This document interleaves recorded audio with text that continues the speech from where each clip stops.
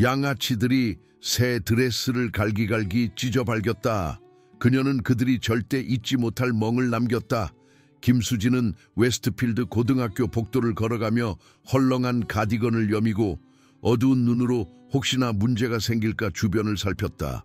키가 겨우 150cm에 차에 못 미치고 헐렁한 옷에 몸이 숨겨진 듯한 가냘픈 체구였기에 그녀는 존재감을 지우는 기술에 통달했다. 뿔테 안경은 콧등에 완벽하게 자리 잡고 있었고 긴 검은 머리카락은 얼굴 주위를 커튼처럼 드리워 자신과 세상 사이에 장벽을 만들었다. 가족이 오하이오주의 이 교회 도시로 이사 온 지 석 달이 지났지만 김수진은 여전히 이방인처럼 느껴졌다.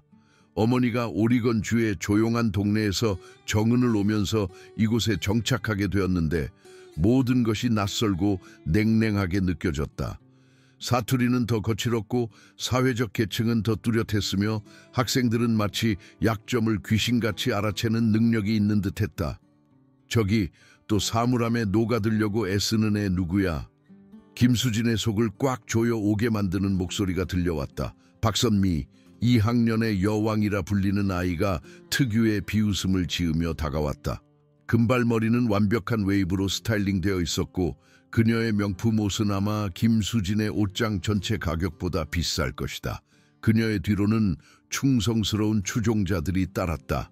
어깨가 넓은 농구선수 최민주는 근육량에 반비례하는 듯한 지능을 가졌고 박선미의 오른팔인 윤아영은 심리전에 특히 즐거움을 느끼는 듯했다. 어머, 쟤 매일매일 더 작아지는 것 같아. 윤아영은 가짜 걱정으로 가득 찬 목소리로 말했다. 녹아내리는 거 아냐. 김수진은 걸음을 멈추지 않고 가슴에 교과서를 더 꽉 껴안았다. 그녀는 맞대응하는 것이 상황을 악화시킬 뿐이라는 것을 배웠다. 세 사람은 그녀의 뒤를 바싹 따라오며 그녀가 모든 단어를 들을 수 있을 만큼 큰 소리로 말했다. 어제 제 옷 입은 거 봤어? 박선미가 말을 이었다. 우리 할머니가 1987년에 입던 스웨터랑 똑같은 거 같던데. 뒤따르는 웃음소리는 김수진의 피부를 바늘로 찌르는 듯 했지만 그녀는 속도를 유지했다. 그녀는 이전 학교에서 이보다 더 심한 일도 겪었다. 그들이 모르는 것, 여기 있는 누구도 모르는 것은 그녀의 조용한 겉모습 아래에는 그들을 보는 것과는 완전히 다른 존재로 그녀를 빚어낸 수년간의 훈련이 있다는 것이다. 그녀의 아버지는 해병대였고 6살 때부터 그녀를 무술 수업에 등록시켰다. 교회의 부모들이 방과 후 활동으로 이용하는 유행하는 종류가 아니라 크라브 마가와 브라질 유술에 대한 진지한 훈련이었다. 14살이 되었을 때 그녀는 자기보다 2배나 큰 남자도 제압할 수 있었다. 하지만 그녀의 부모님은 자제력의 중요성, 즉 방어를 위해 절대적으로 필요한 경우에만 기술을 사용해야 한다고 끊임없이 주입했다. 폭력은 최후의 수단이어야 한다. 아버지는 항상 말씀하셨다. 하지만 그 시간이 오면 빠르고 확실하게 끝내야 한다. 문제는 절대적으로 필요한을 정의하는 것이었다. 매일의 모욕으로 충분한가? 구내식당에서 점심을 뺏기는 것이 부모님과의 약속을 깨뜨릴 가치가 있는가? 매일 김수진은 박선미와 그녀의 추종자들이 전문으로 하는 듯한 끊임없는 작은 잔혹 행위를 견디면서 이러한 질문들과 씨름했다. 화학 실험실은 그들이 가장 좋아하는 사냥터가 되었다. 담당 교사 김 선생님은 실험 중에 자리를 비우는 것으로 악명이 높아 학생들을 감독 없이 방치했다. 박선미가 김수진의 삶을 더욱 창의적인 방식으로 비참하게 만드는 것을 얼마나 즐기는지 알게 된 것은 바로 이러한 부재 중 하나였다. 어머, 실수. 박선미는 일부러 김수진의 실험대를 들이받아 화학 물질이 그녀의 공책에 쏟아지게 하면서 말했다. 제가 너무 덤벙거렸네요. 김수진은 몇 달 동안의 필기가 읽을 수 없는 엉망진창으로 녹아내리는 것을 지켜봤다. 그녀는 과장된 순진한 표정을 짓고 있는 박선미를 올려다보며 가슴속에서 무언가가 바뀌는 것을 느꼈다. 아주 잠깐 동안 그녀는 박선미를 바닥에 쓰러뜨리는 데 필요한 정확한 각도와 힘을 계산했다. 2초. 그게 전부였다. 대신 그녀는 종이 타월을 집어들어 엉망진창을 청소하기 시작했다. 있잖아. 박선미는 몸을 더 가까이 기울이며 말했다. 네 아빠가 예전 직장에서 해고당해서 이사 왔다고 들었어. 그래서 넌 마치 중고 가게에서 쇼핑하는 것처럼 옷을 입는 거니? 그 거짓말은 김수진이 예상했던 것보다 더 아팠다. 그녀의 아버지는 암과 싸우고 있는 할아버지를 돌보기 위해 조기 은퇴를 했다. 오하이오로의 이사는 실패가 아니라 가족에 관한 것이었다. 하지만 그것을 설명하려면 맞대응해야 하고 맞대응은 항상 상황을 악화시킨다. 제 심기를 건드렸나 봐. 윤하영은 김수진의 눈가가 약간 굳어지는 것을 알아채고 끼어들었다. 봐, 울기 직전이야. 하지만 김수진은 울지 않았다. 그녀는 눈물이 박선미 같은 사람들에게는 탄약이라는 것을 오래전에 배웠다. 대신 그녀는 청소를 마치고 다른 실험대로 옮겨 세 사람이 다른 곳에서 즐거움을 찾도록 내버려 두었다. 그 패턴은 몇 주 동안 계속되었다. 김수진은 학교에 도착하여 대결을 피하면서 수업을 헤쳐나가고 도서관에서 혼자 점심을 먹고 집으로 돌아가 가족이 빌린 집에 안전으로 돌아갈 수 있을 때까지 시간을 셌다. 그녀의 부모님은 그녀의 태도 변화를 알아차렸지만 그것은 새로운 학교에 적응하는 데 따르는 일반적인 어려움 때문이라고 생각했다. 모든 것이 10월 말 화요일에 바뀌었다. 김수진은 다른 옷을 입기로 결심했다. 그녀의 어머니는 그녀의 생일을 위해 드레스를 사주었다. 단순하지만 우아한 남색 드레스로 실제로 그녀에게 잘 맞고 몇 달 만에 처음으로 자신감을 느끼게 해주었다. 그녀는 낮은 굽의 신발과 함께 입었고 심지어 머리를 풀고 어쩌면 새로운 시작을 할 수 있을 거라고 생각했다.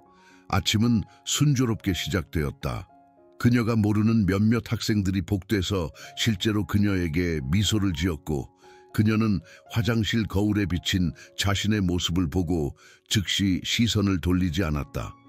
웨스트필드에 도착한 이후 처음으로 그녀는 어딘가에 속할 수도 있다는 느낌이 들었다. 그러다 그녀는 그를 보았다. 다니엘은 구내식당 구석 테이블에 혼자 앉아 샌드위치를 먹으며 공책에 스케치를 하고 있었다.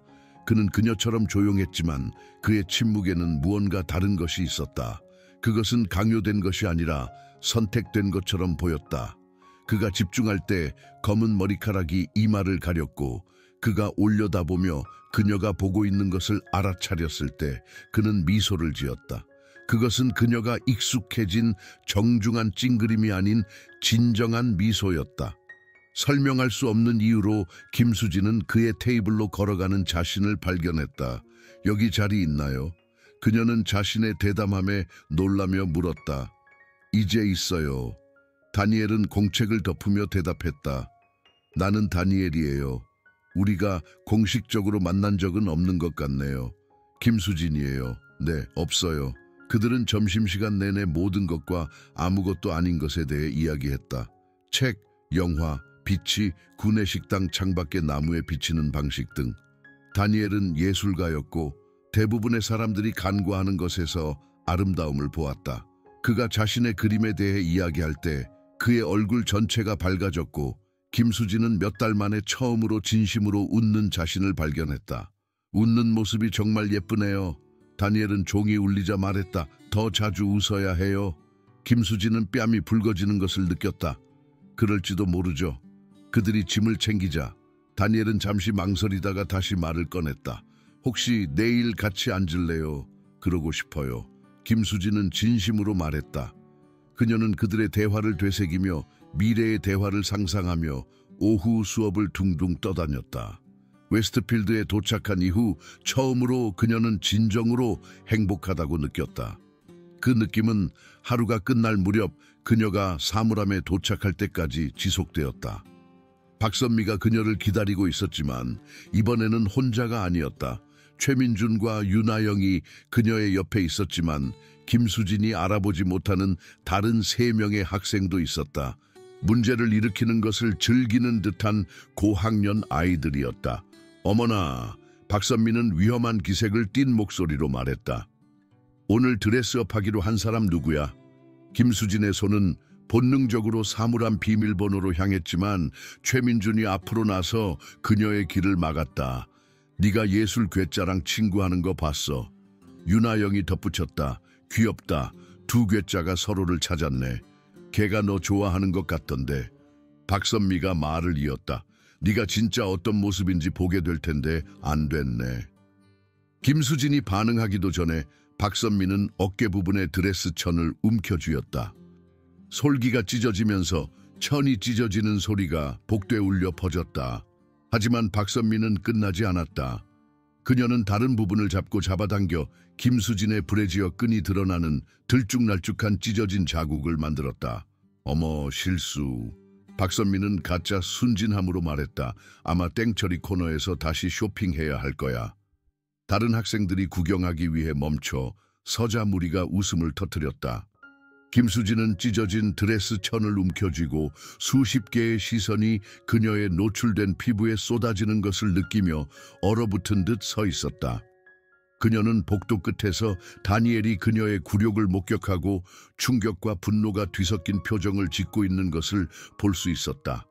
다음에는 내 자리를 기억하길 바라. 박선미는 모두가 들을 수 있을 만큼 큰 소리로 말했다. 어떤 사람들은 눈에 띄면 안 돼. 학생들의 무리가 흩어지기 시작했고 그들의 오락은 끝났다. 박선미와 그녀의 추종자들은 하이파이브를 하고 김수진의 옷장 오작동에 대한 농담을 주고받으며 걸어갔다. 김수진은 복도에 혼자 서서 찢어진 드레스의 잔해를 움켜쥐고 평생 느껴본 적이 없을 만큼 작아지는 기분을 느꼈다. 다니엘이 그녀의 옆에 나타나 자신의 재킷을 벗었다. 여기. 그는 조용히 말하며 그녀의 어깨에 둘러주었다. 괜찮아요. 김수진은 무언가를 말하고 싶었다. 그에게 감사하거나 설명하거나 사과하고 싶었지만 말이 나오지 않았다. 대신 그녀는 달렸다. 그녀는 복도를 뛰어 지나갔고 쳐다보는 학생들, 못 본 척하는 교사들을 지나 주차장으로 뛰쳐나갔고 그녀의 어머니가 그녀를 데리러 기다리고 있었다. 김수진, 무슨 일이야? 그녀의 어머니는 딸의 찢어진 드레스와 다니엘의 재킷을 보고 물었다. 집에 가고 싶어요. 김수진은 속삭였고 그녀는 그들이 빌린 집 이상을 의미했다. 그녀는 오리건으로, 예전 학교로, 잘못된 이유가 아닌 올바른 이유로 보이지 않는 존재로 돌아가고 싶었다.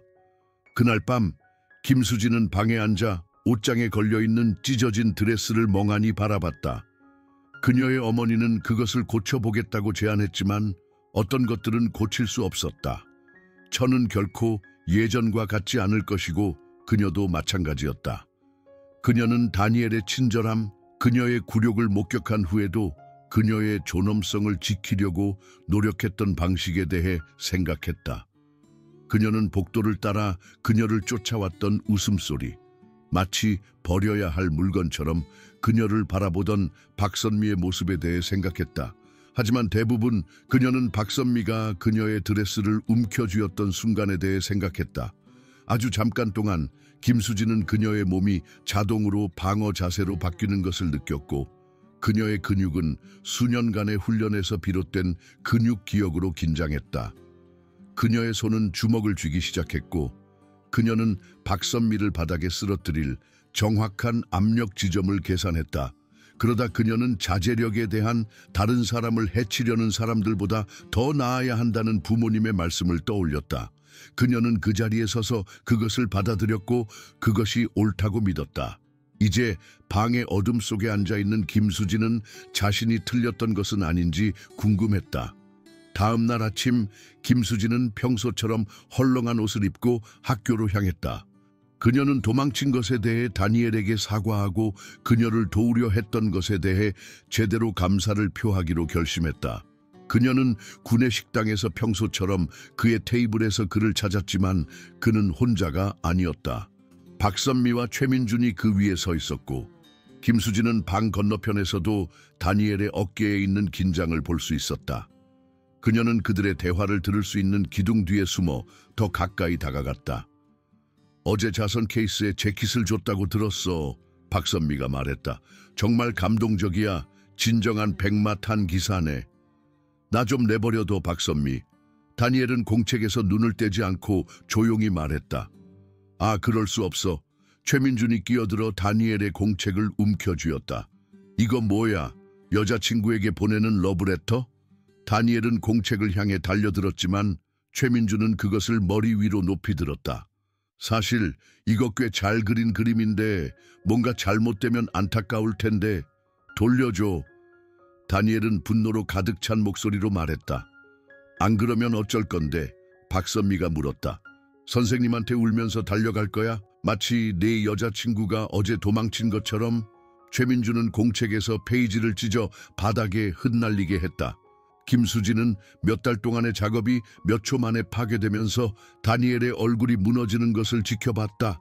구내식당에 있던 다른 학생들은 소란을 알아챘지만 언제나처럼 그냥 지켜보기만 했다. 제발.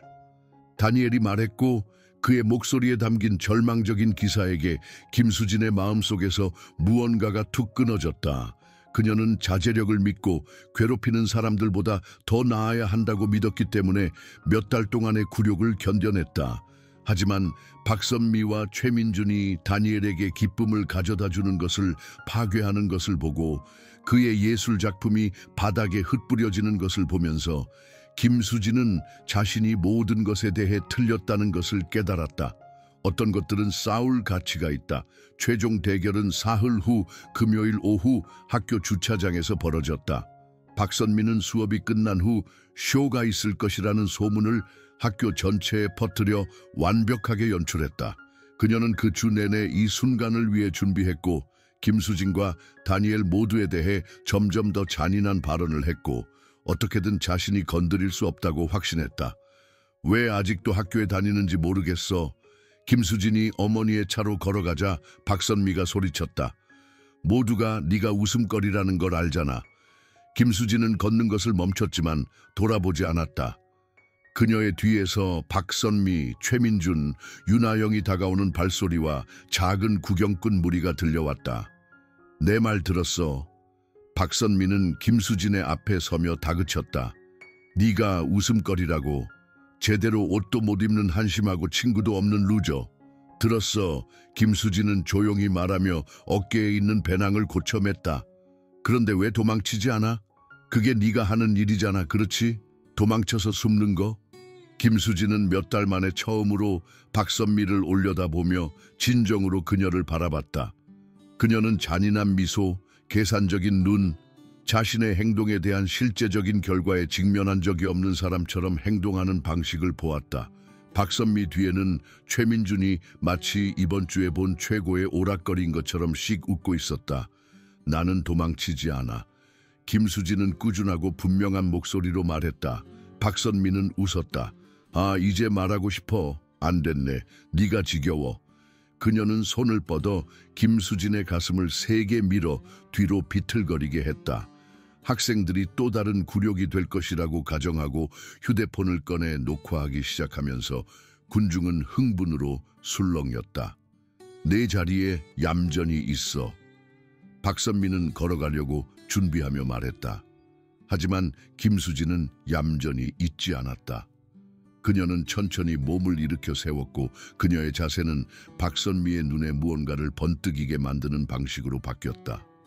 처음으로 박선미는 자신을 두려워하지 않는 사람을 보고 있었다. 네가 내 드레스를 망쳤어. 김수진은 주차장 전체에 울려 퍼지는 목소리로 말했다. 네가 다니엘의 예술 작품을 파괴했어. 넌 몇 달 동안 나를 작게 만들려고 했었어. 그래서 뭐? 박선미는 쏘아 붙였지만 그녀의 어조에는 불확실한 무언가가 있었다.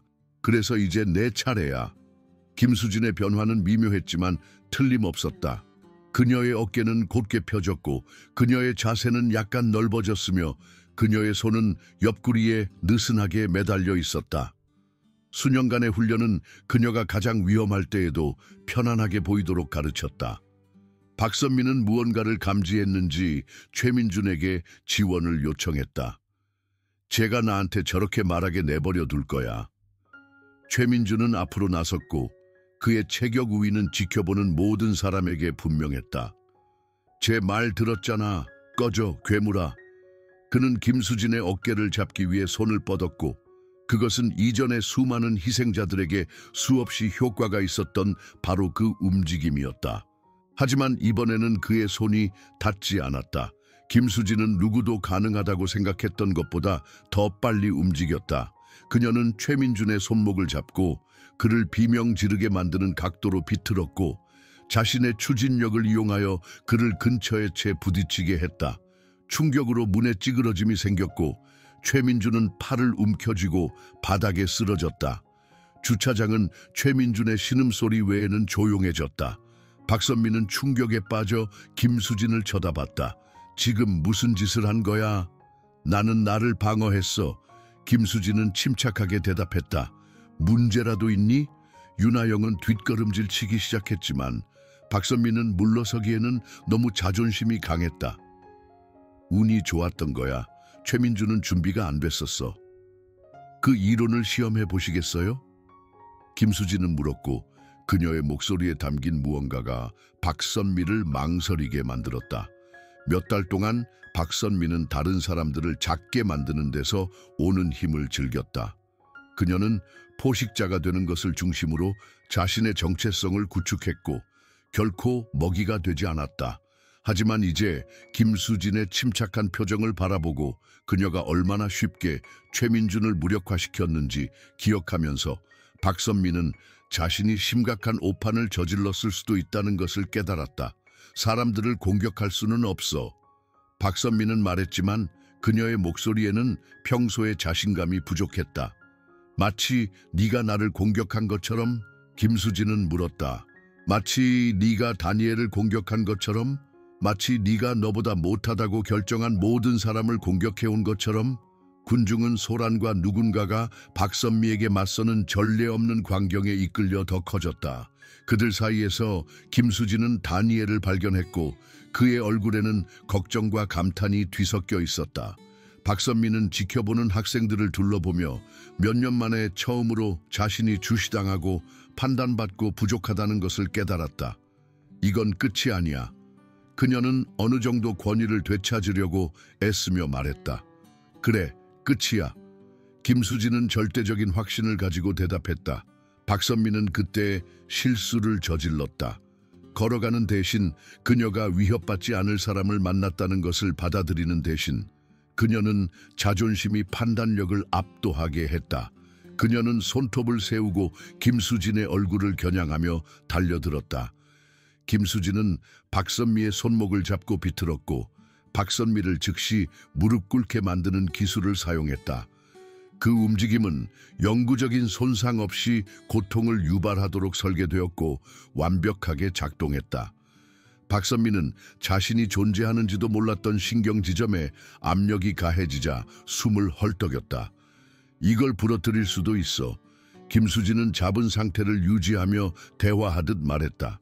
내 어깨를 탈골시킬 수도 있어. 널 바닥에 쓰러뜨리고 다시는 누구보다 우월하다고 느끼지 못하게 할 수도 있어. 박선미의 눈은 고통과 두려움으로 커졌다. 그녀는 인생에서 처음으로 자신이 과소평가했던 사람의 자비에 맡겨진 완전히 무력한 상태였다. 하지만 그러지 않을 거야. 김수진은 말을 이었다. 나는 네가 아니니까.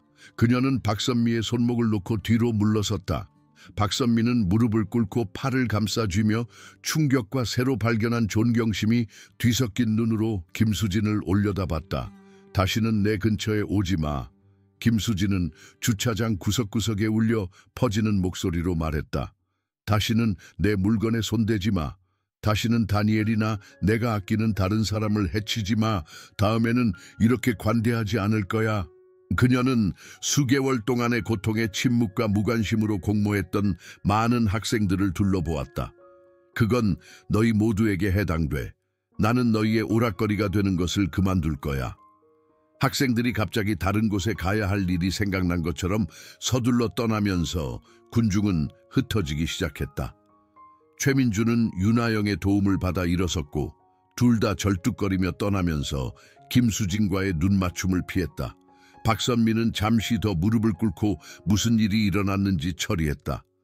마침내 일어섰을 때 그녀의 평소 오만함은 김수진이 전에 본 적이 없는 무언가, 즉 진정한 두려움으로 대체되었다. 미안해. 박선미는 조용히 말했고 그 말은 그녀에게 상당한 노력이 필요한 것처럼 보였다. 김수진은 잠시 그녀를 살펴보더니 고개를 끄덕였다. 다시는 그러지 마. 박선미가 어깨를 축 늘어뜨린 채 패배한 모습으로 걸어가는 동안 다니엘이 김수진에게 다가왔다. 괜찮아요. 괜찮은 것보다 더 나아요. 김수진은 대답했고 그녀는 진심이라는 것을 깨달았다. 네가 그런 짓을 했다니 믿을 수가 없어. 다니엘은 놀라움을 금치 못하며 고개를 저었다. 어디서 그렇게 싸우는 걸 배웠어? 아빠가 가르쳐 주셨어. 김수진은 간단하게 말했다. 다른 선택의 여지가 없을 때만 사용해야 한다고 항상 말씀하셨지. 오늘 선택의 여지가 없었던 거야? 김수진은 그 질문에 대해 진지하게 생각했다. 오늘은 자신과 자신이 아끼는 사람들을 위해 일어서는 것이 가장 중요한 선택이라는 것을 깨달았어. 다니엘은 구내식당에서 그녀의 심장을 두근거리게 만들었던 바로 그 진정한 미소를 지었다. 고마워. 나를 위해 일어서 줘서도. 아무도 내게 친절하지 않았을 때 친절하게 대해줘서 고마워. 그들은 함께 부모님의 차를 향해 걸어갔고 웨스트필드 고등학교에 도착한 이후 처음으로 김수진은 무언가로부터 멀어지는 것이 아니라 무언가를 향해 걸어가는 듯한 기분이 들었다. 다음 주 월요일 김수진이 학교에 도착했을 때 모든 것이 바뀌었다는 것을 알게 되었다. 이전에는 그녀를 무시했던 학생들이 이제 복도에서 정중하게 고개를 끄덕였다. 그녀의 고통에 눈을 감았던 교사들은 이제 실제로 그녀를 보는 듯했다. 그리고 한때 학교의 여왕이었던 박선미는 이전의 추종자들이 신비롭게도 다른 관심사를 발견하면서 구석 테이블에서 혼자 점심을 먹었다. 김수진은 박선미의 몰락을 기뻐하지 않았지만 두려움 없이 복도를 걸어가는 만족감을 부인할 수 없었다. 그녀는 때로는 괴롭힘을 멈추는 유일한 방법은 더 이상 피해자가 되지 않겠다는 의지를 보여주는 것뿐이라는 것을 배웠다. 다니엘은 점심시간에 그녀와 합류했고 그들은 예술과 책 그리고 미래에 대해 이야기했다. 그녀의 모범에 힘입어 다른 학생들은 자신의 괴롭힘에 맞서기 시작했다. 두려움과 위협에 기반한 학교의 사회적 계층은 무너지기 시작했다. 있잖아. 다니엘은 어느 날 오후 그들이 사물함으로 걸어가는 동안 말했다. 네가 너 자신의 상황 이상을 바꿨다고 생각해. 김수진은 복도를 둘러보며 행동의 미묘한 변화, 학생들이 좀 더 자신감을 가지고 행동하는 방식을 주목했다. 그럴지도 모르지. 하지만 변화의 능력은 항상 거기에 있었다고 생각해. 때로는 사람들이 그것이 가능하다는 것을 보기만 하면 돼. 그리고 때로는 잔인함에는 결과가 따른다는 것을 봐야 해. 다니엘이 덧붙였다. 김수진은 마침내 행동을 취하기 전에 견뎌냈던 몇 달 동안의 굴욕에 대해 생각하며 고개를 끄덕였다. 더 빨리 했어야 했는데 준비가 되었을 때 한 거야. 다니엘은 부드럽게 말했다. 그게 중요한 거야. 그들이 사물함에 도착하자 김수진은 복도 끝에서 박선미를 발견했다. 그들의 시선이 잠시 마주쳤고 김수진은 평소의 증오나 두려움 대신 이해라는 것을 보았다. 박선미는 약간 고개를 끄덕였다. 굴복이 아니라 배운 교훈에 대한 인정이었다. 김수진은 고개를 끄덕여 답하고 다니엘에게 돌아섰다. 점심시간에 다시 같이 앉을래? 언제나. 그는 대답했고 김수진은 마침내 웨스트필드 고등학교에서 자신의 자리를 찾았다는 것을 알았다. 한때 자신을 보이지 않게 만들었던 조용한 소녀는 때로는 할 수 있는 가장 강력한 일은 일어서서 보여지는 것이라는 것을 배웠다. 그리고 그렇게 함으로써 그녀는 힘은 다른 사람들을 작게 만드는 것이 아니라 누구도 당신을 그렇게 느끼게 하지 않겠다는 것을 배우게 되었다.